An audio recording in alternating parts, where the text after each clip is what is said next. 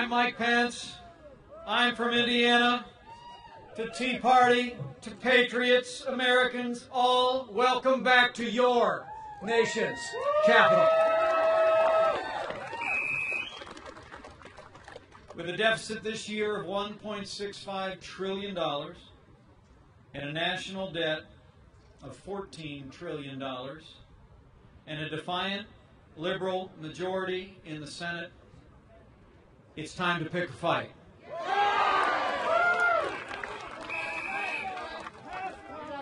In 2010, the American people sent a deafening message to both political parties in Washington, D.C. They said it's time to end the borrowing and the spending and the bailouts, and it's time to end the Congress of Nancy Pelosi once and for all. And you did it. And you did it. And House Republicans have gone to work since being awarded the majority again. We cut our budgets. We repealed Obamacare, lock, stock, and barrel on the floor of the House of Representatives. And we voted to cut spending to pre-stimulus, pre-bailout levels, defunding Obamacare, and ending all public funding for Planned Parenthood of America. That's what we voted.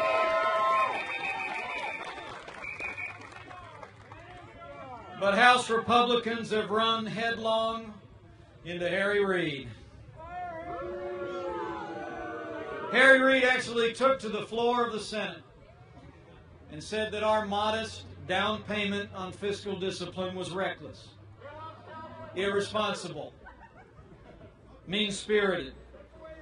He even defended federal funding for the Cowboy Poetry Institute in Nevada.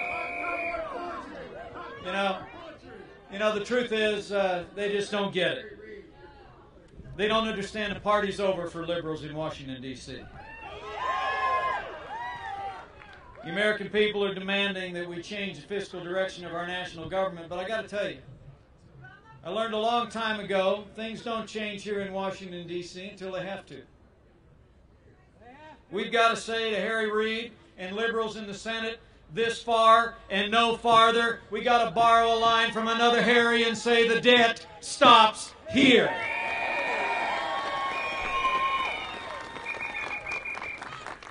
You know, and if liberals in the Senate would rather play political games and shut down the government instead of making a small down payment on fiscal discipline and reform, I say, shut it down.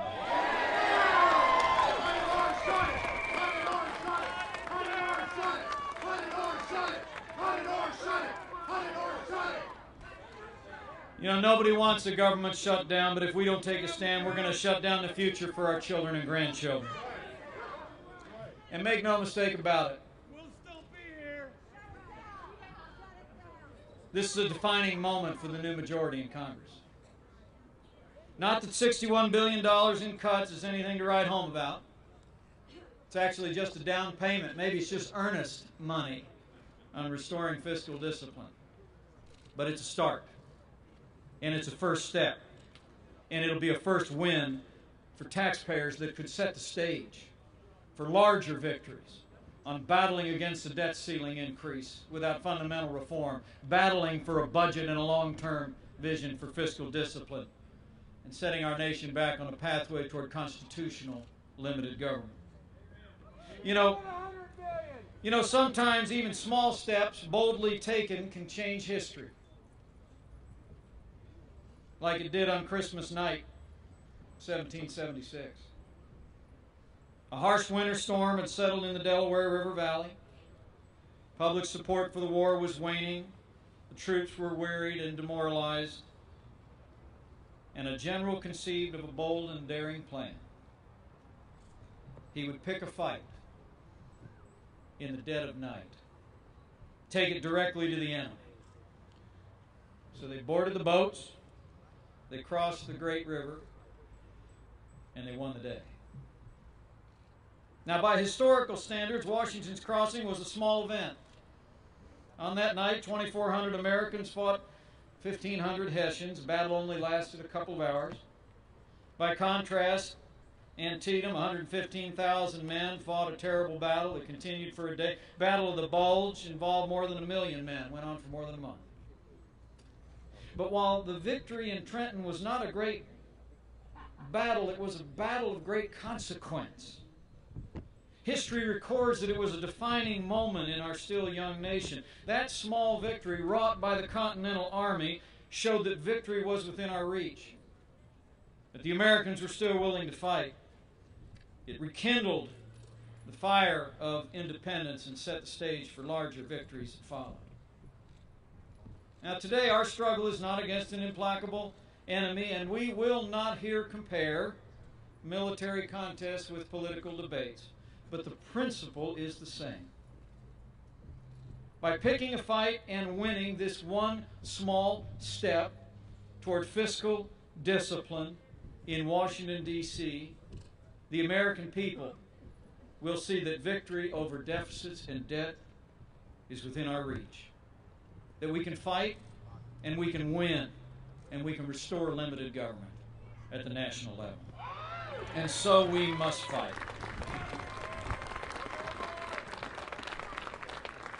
Republicans must show that we're worthy of this moment, equal to the crisis, willing to stop, turn, and squarely face the mountain range of debt that threatens our children's future, and squarely face all of those who defend the status quo.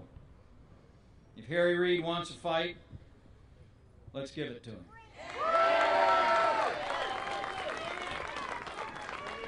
Democrats in the Senate may think they have the advantage, but let me assure you, it only seems that way. A minority in the Senate plus the American people equals a majority.